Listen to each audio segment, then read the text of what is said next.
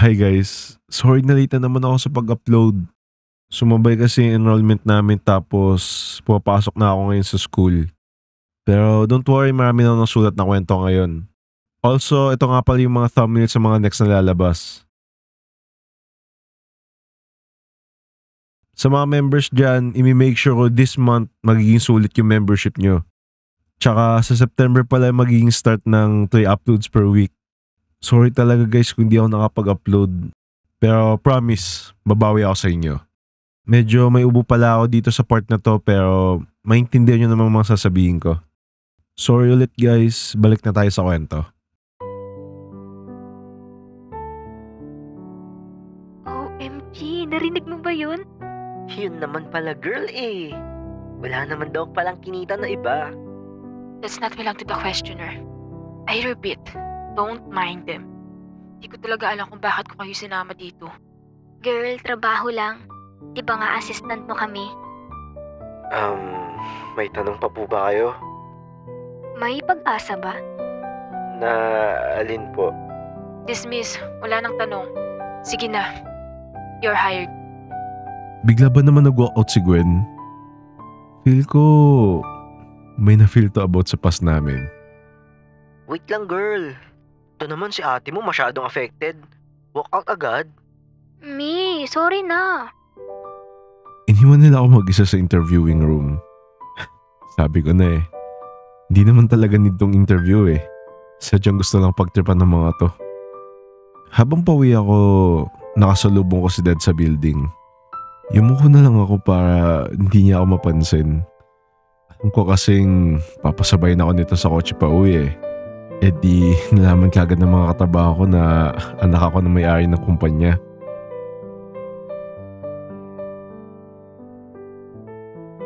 First day ko sa trabaho ngayong araw. Nasa training muna ako since hindi ko pa alam yung gagawin. Habang papunta ako sa training room namin nakasalubong ko yung ex ko. For the record, hindi ako affected kahapon. Huh? May sinabi ba ako na affected ka? Nag-walkout lang ako since hindi sumusunod sa rules ng mga assistant ko. Tulad ng... Tulad ng hindi nila binabasa yung mga nakasulat sa questionnaire.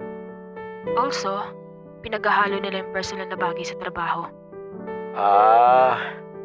Sige. Sabi mo Pero di mo kailangan sabihin yun. Yung alin? Na hindi ka na na-GF nang naghiwalay tayo. Bakit naman? Bakit? May pinapahiwatig ka ba? Huh? I mean, sinasabi mo bang hinihintay mo ko? Kailan ko sinabi yun? Wala. Basta kalimutan mo na lang yung sinabi ko. Halatang, basura pa rin naman buhay mo kaya wala kang chance sa akin. Sabay diretso na lang siya naglakad palayo after niya sabihin yun. Kapal naman ng babaeng yun. Kailan ko sinabing gusto ko siyang balikan? Mga babae talaga Pumasok ko sa training room nun, sabay may kumausap kagad sa akin. Tol. Uy, siya nga pala tol. Tristan. Nakita kita sa labas kanina. Ha? Kausap mo yung big boss natin. Yung masungit na yun? Bakit? Kilala mo big boss natin? Hindi naman gaano pero kilala ko siya dati. Uy, eto mo naman ako tol. Trip na trip ko yung boss natin na yun Wag na. Masisira lang buhay mo. Bakit naman? Mayabang at arrogante yung babaeng yun. Actually tol, kahit napakan ako nun, magte-thank you pa ako Weirdo. Nagsimula yung training class namin para sa pagiging agent ng company. At tumigil na rin tong session sa pagdadaldal sa akin. First day ko, weirdo ka agad nakatabi ko. After ng training namin nakasalubong ko na naman tong si Gwen. First day on the job. Congrats! Buti, napag-isip-isipan mong baguhin yung buhay mo kahit papano.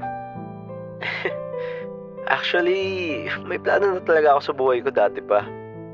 Oh, yeah. I forgot. May plano ka nga pala. Napansin ko, laging ginagamit sa akin ni Gwen yung kahinaan ko sa pagiging success. Kaya biglang pumasok sa isip ko na affected nga pa rin pala siya sa breakup namin.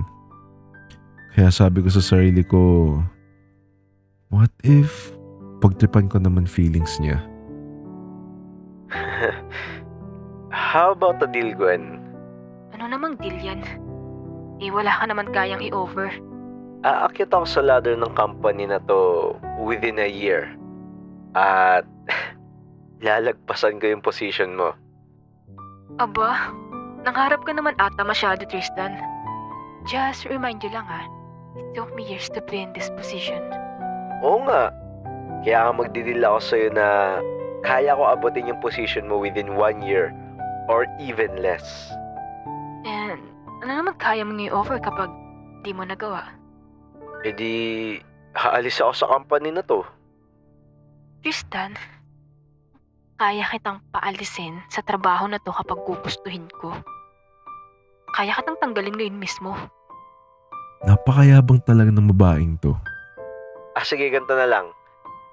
If hindi ko magawa yung 1 taon na yon, ibibigay ko sa yung 13th month pay ko. Sakto, January ngayon. Kapag di ko siya nagawa by December, yung pangako ko, ibibigay ko sa yung 13th month pay ko. Ang cheap mo naman, Tristan.